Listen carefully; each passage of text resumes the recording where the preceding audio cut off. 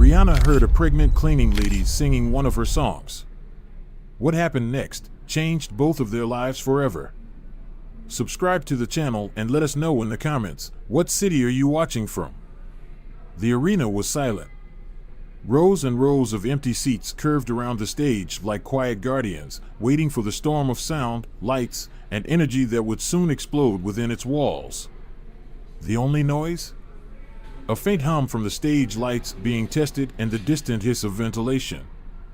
Rihanna stepped out from a dim hallway, her heels clicking softly on the polished concrete. She paused, letting her eyes scan the empty arena. She knew this moment well, this calm before everything kicks off. Before the crowds. Before the chaos. It was one of the rare times she could breathe and remember why she started this journey. The pressure was always there for fans, producers, critics. Everyone wanted something. Perfection. Brilliance. Magic. And Rihanna? She delivered. But even for her, there were moments when it all felt like walking a tightrope over a canyon. No room to stumble. No space to fall. As she slowly made her way toward the stage, trailing her fingertips along a row of seats, the scent of fresh paint and cleaning supplies filled the air, a quiet reminder of the crew working behind the scenes to make it all shine. And then, she heard it. A voice. Soft. Unpolished. Echoing through the empty hall. Not part of soundcheck. Not rehearsed. Just pure emotion. So raw, so beautiful, it made Rihanna stop in her tracks. She turned toward the sound, curious, drawn in. It was someone singing one of her songs. But not performing, this wasn't for an audience. It was personal. Intimate. Like a prayer whispered into the dark. Rihanna followed the voice, her steps now softer, quieter. She climbed the stairs toward the upper seats and finally saw her, a young woman, dressed in a faded gray uniform, mop in hand, belly round with pregnancy. She was lost in the song, her voice filled with emotion, her hands moving with the rhythm of cleaning, but her heart clearly somewhere else. Sweat clung to her forehead, strands of hair falling loose from her ponytail. Still, she sang. She didn't even notice Rihanna standing there. Not until she turned. And froze. Her grip slipped on the mop. Her eyes widened in disbelief. Rihanna smiled gently, stepping forward. "It's okay," she said softly. The woman looked like she wanted to disappear. I didn't know anyone was here," she stammered, her voice suddenly small. "You weren't bothering me," Rihanna said, still smiling. "I heard you singing. You have a beautiful voice." The woman blushed, gripping the mop tighter, eyes darting to the bucket of soapy water by her feet. "I was just cleaning," she said quickly, "I didn't mean to." "It's really okay," Rihanna reassured her. "What's your name?" "Karen," she said after a pause. "Nice to meet you, Karen," Rihanna nodded. Silence hummed for a beat, broken only by the hum of arena lights. "You sing like someone who's done it before," Rihanna said. Karen shook her head, too fast. "No, I just mess around. It's nothing." But Rihanna heard it. That tiny crack in her voice. That hint of something unspoken. She stepped closer and sat down in one of the seats. "Come sit with me for a second," she said. "You don't have to keep mopping while we talk." Karen hesitated. But then she put the mop aside and sat, 2 seats away. Hands in her lap, fingers nervously twisting. For the first time, Rihanna really saw her. She looked tired. Really tired. Her shoulders drooped. Her eyes carried shadows. Every so often, she pressed a hand to her lower back, trying to ease the ache. And Rihanna realized this wasn't just a woman passing time while she worked. This was someone holding a dream she'd never dared to speak out loud. And that dream was about to be heard. "How far along are you?" Rihanna asked gently, her eyes flicking to Karen's stomach. 7 months, Karen replied, her voice low. Rihanna nodded, letting the silence settle between them. She could have asked more, but sometimes the best way to connect is to just wait. After a moment, Karen began to talk. At first, her words came slowly, like she was afraid to say too much. But then it started to flow, her story spilling out like a dam finally giving way. She spoke about her love for music as a kid, about auditioning for a local girl group and being rejected, not because of her talent, but because her skin was too dark. She talked about her mom falling ill, about giving up her dreams to become a full-time caretaker, about the man who promised to stay but left as soon as he found out she was pregnant. And now, here she was, 7 months along, working night shifts to keep herself and her sick mother afloat. Rihanna sat in silence, her heart sinking with every word. She could hear the pain in Karen's voice, but she also saw the fire. Somehow, after everything, she was still standing, still singing. When Karen finally stopped, Rihanna felt a lump rising in her throat. She didn't try to offer some grand, comforting speech. She just reached out and placed a hand on Karen's. "You don't have to do this alone," Rihanna said softly. Karen looked up, tears pooling in her eyes. And for the first time that night, there was a flicker of hope in her face. Karen sat frozen, hands clenched tightly in her lap, her eyes drifting back toward the mop she'd leaned against the seat. Her posture said she was ready to run, but Rihanna's calm presence seemed to anchor her.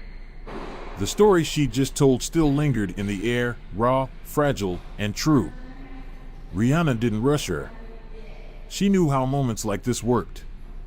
You don't force the door open. You just hold space and wait for someone to step through it. And finally, Karen did. Her voice was softer now, almost like she'd shed some weight by speaking the truth. "I wasn't always cleaning floors," she said, her eyes staring into the distance. "I used to sing.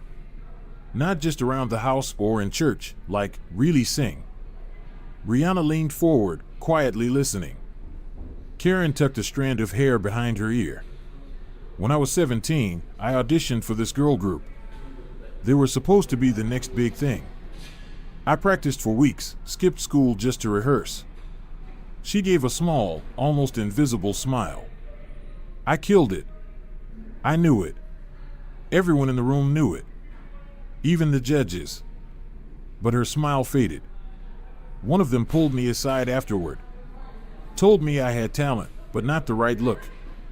Said I was too dark. Too plain. That I didn't fit the image they were going for." Rihanna's chest tightened. She knew rejection. But this wasn't about skill. This was about being erased before even being seen. Karen's voice hardened. "I told myself it didn't matter. But it did. Every time I looked in the mirror, I saw what they saw. Someone who wasn't enough. Not pretty enough. Not light enough." Her shoulders sagged. "After that, I stopped singing. Stopped trying. If the world already decided who I was, why fight it?" Rihanna's heart ached. She had faced her own battles, but Karen's story was a sharp reminder of how early and how deeply some voices get silenced. "What happened after that?" Rihanna asked, her voice gentle. Karen leaned back, one hand resting on her belly. "My mom got sick. First it was little things, losing her keys, missing appointments.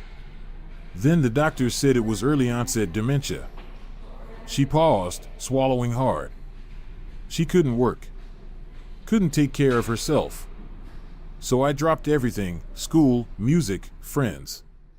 I let it all go. I had to." Karen's voice cracked. "I didn't mind, though. She's my mom. She raised me by herself. Took care of everything. Taking care of her, it was the least I could do." Rihanna reached out again, this time placing her hand gently on Karen's arm.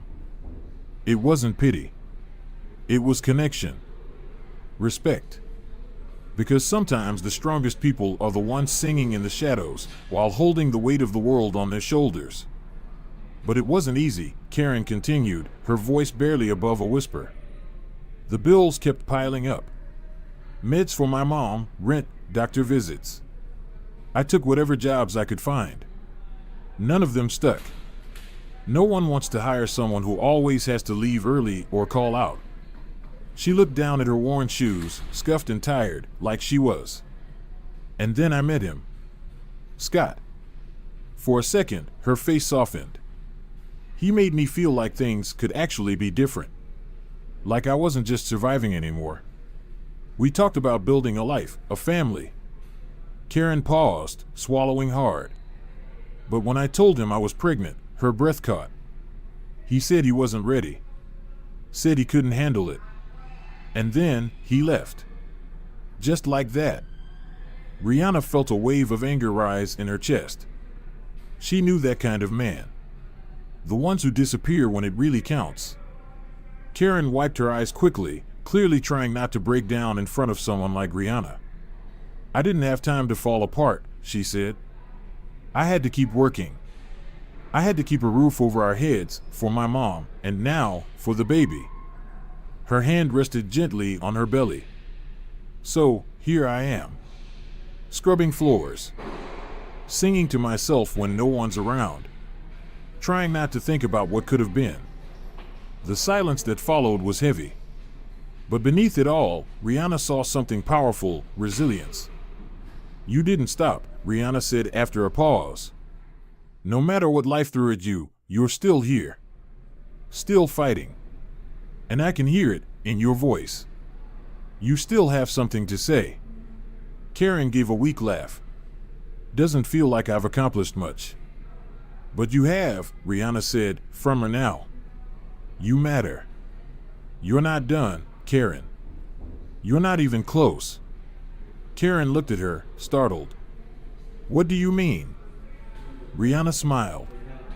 There was a spark in her eyes now, like a plan was already forming. Just trust me, she said. Let me show you. For a moment, Karen didn't say anything.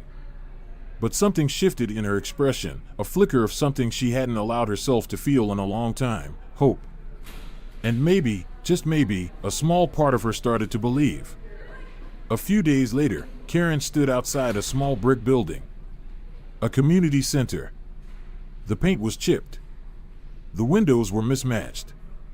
Nothing about it looked special. But to Karen, it might as well have been the biggest stage in the world. This was it. Rihanna had told her this was just the beginning. A step. Nothing more. But for Karen, it felt like standing at the edge of a cliff. Her stomach twisted. Her hand cradled her belly protectively. What if they told her she didn't belong? Again? But she wasn't alone. Rihanna stood next to her, dressed down in jeans, a sweater, hair in a bun. No glam, no spotlight. Just warmth. You ready? Rihanna asked. Karen's voice trembled. I don't know. Rihanna touched her arm gently. You don't have to be perfect. You just have to show up. That's enough. Karen nodded, took a deep breath, and followed her through the doors. Inside, a small rehearsal room buzzed with quiet energy. A few singers stood in a circle, warming up, chatting.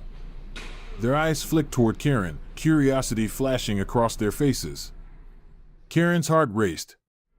Rihanna stepped forward, speaking to the choir director, a no-nonsense woman with curly gray hair. They exchanged a few words. Then the woman looked at Karen. This is Karen, Rihanna said confidently. She's here to audition. The director raised an eyebrow. Audition, huh? Karen could feel her skin flush under the scrutiny. She's good, Rihanna added, leaving no room for doubt. Before Karen could object, the director handed her a sheet of music and nodded toward the piano. Let's hear it. Karen's legs felt unsteady as she walked to the center of the room. Every wrinkle in her shirt, every scuff on her shoes suddenly felt loud. Too loud. The pianist played the first few chords. Karen's mind went blank. Her breath caught in her chest. But then, she closed her eyes. And for a moment, she imagined she was back in the empty arena, alone, just singing for herself. No pressure. No judgment. Just truth. Her voice came out shaky. Soft. Fragile. But she kept going. And with every line, the fear loosened its grip. The melody wrapped around her, and something opened inside her chest. She sang. Not because she wanted to impress anyone. Not because she thought she deserved a second chance. But because, for the first time in years, she remembered who she was. By the time Karen reached the chorus, something shifted.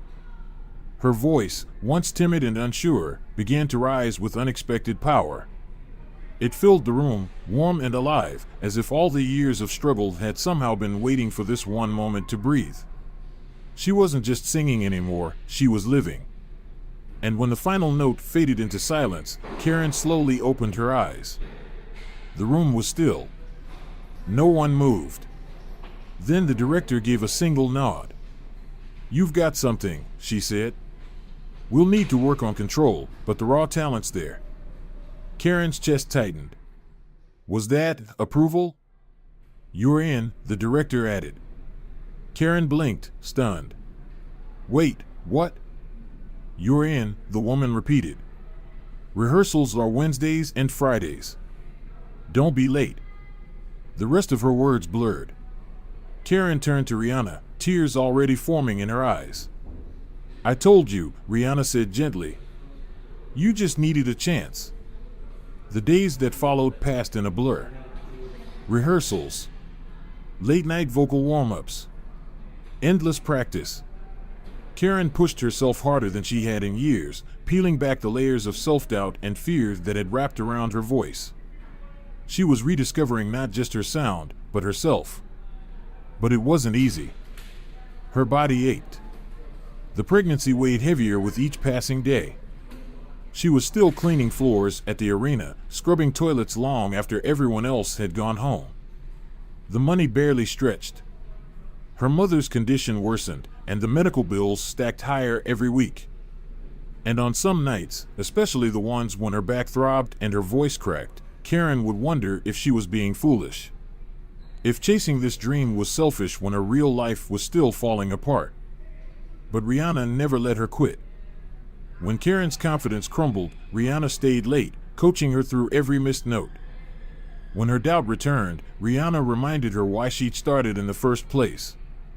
And when Karen finally broke down after a long night caring for her confused, ailing mother, Rihanna showed up, not with platitudes, but with real help. One evening, after a particularly draining rehearsal, Karen stepped out of the center and found Rihanna waiting outside, an envelope in her hand. "What's this?" Karen asked, wiping the sweat from her brow. "Help," Rihanna said simply. Karen opened it. Inside was information for a medical program, one that could cover her mother's treatment. Paid for. Arranged. Ready. Karen's eyes welled with tears. I can't accept this." "Yes, you can," Rihanna said, her voice gentle but firm. "You're not alone anymore, Karen. You don't have to carry it all by yourself." And for the first time in what felt like forever, Karen believed her.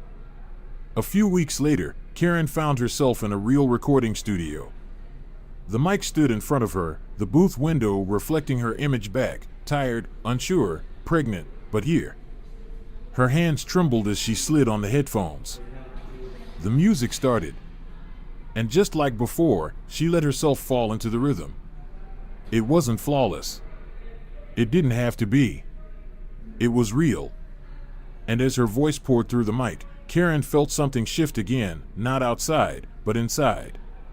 This wasn't about surviving anymore. It was about becoming someone new. The following weeks were surreal. More rehearsals. More recordings. Encouragement from Rihanna. Support from strangers who heard her voice and felt something stir.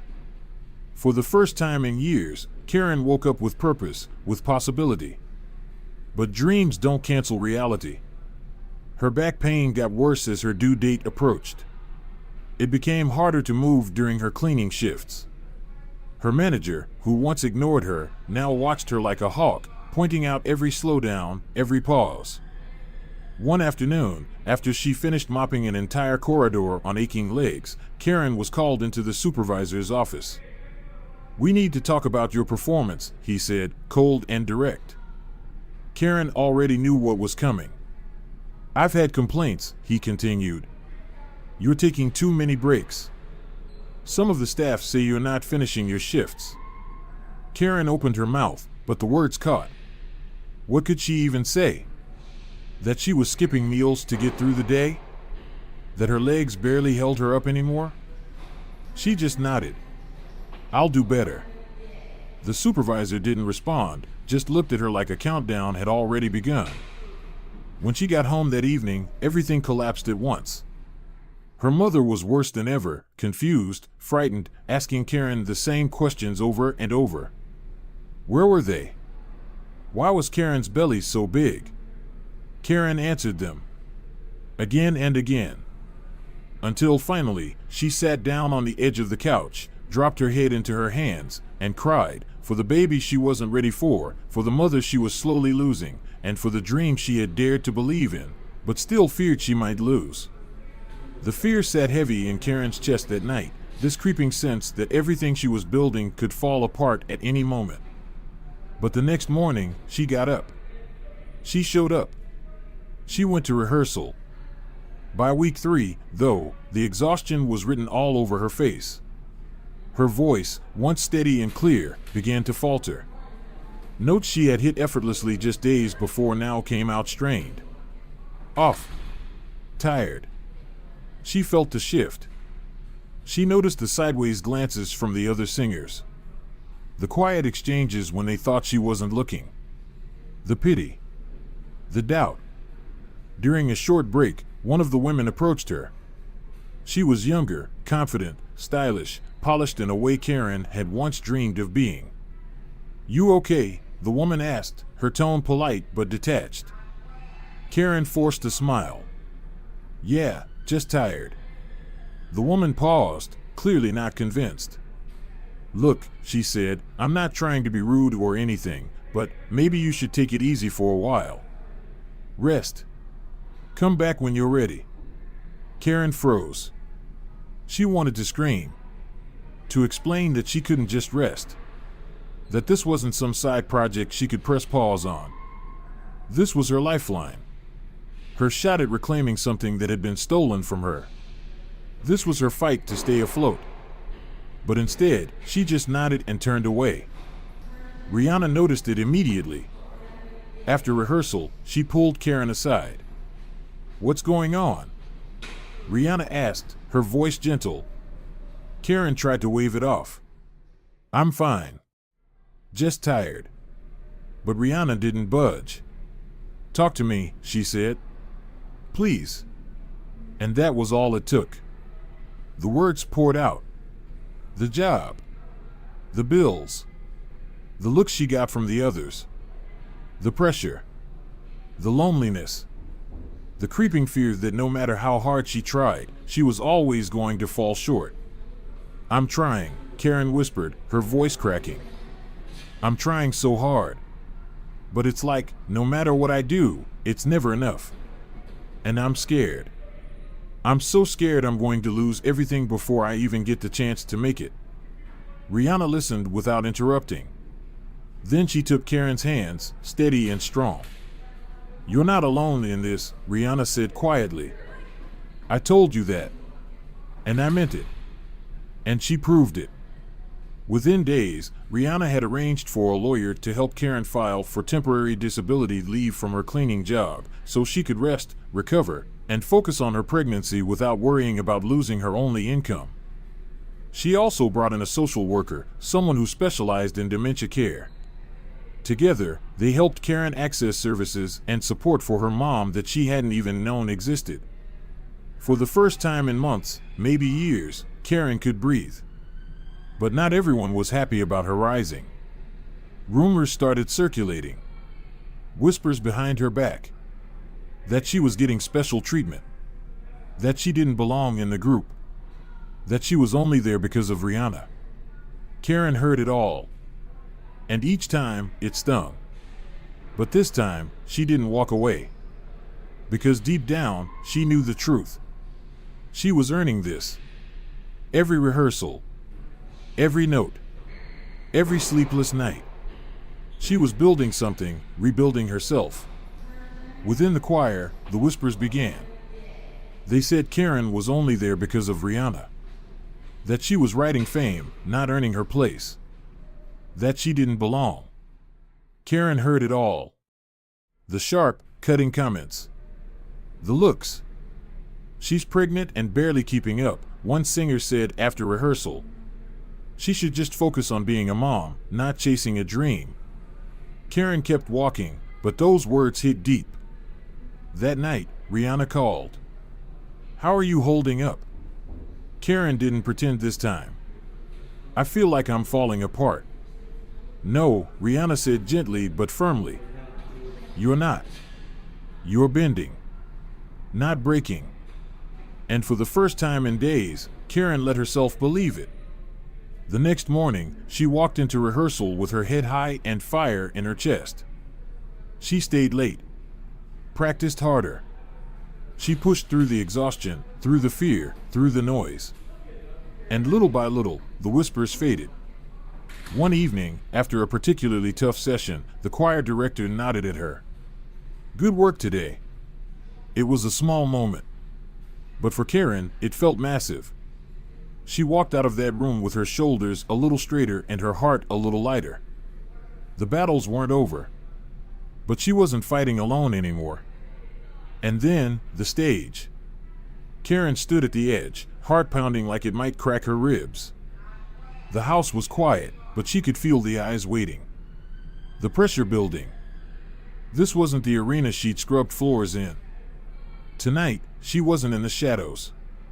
Behind her, Rihanna stood calm, steady, watching. You're ready, she said. Karen turned. What if I'm not? You are. Karen wanted to believe her. The fears crept back. What if her voice cracked? What if she froze? What if she failed? But she remembered the long nights. The missed meals. The aching feet. The voices that said she couldn't. And how she kept showing up anyway. This wasn't luck.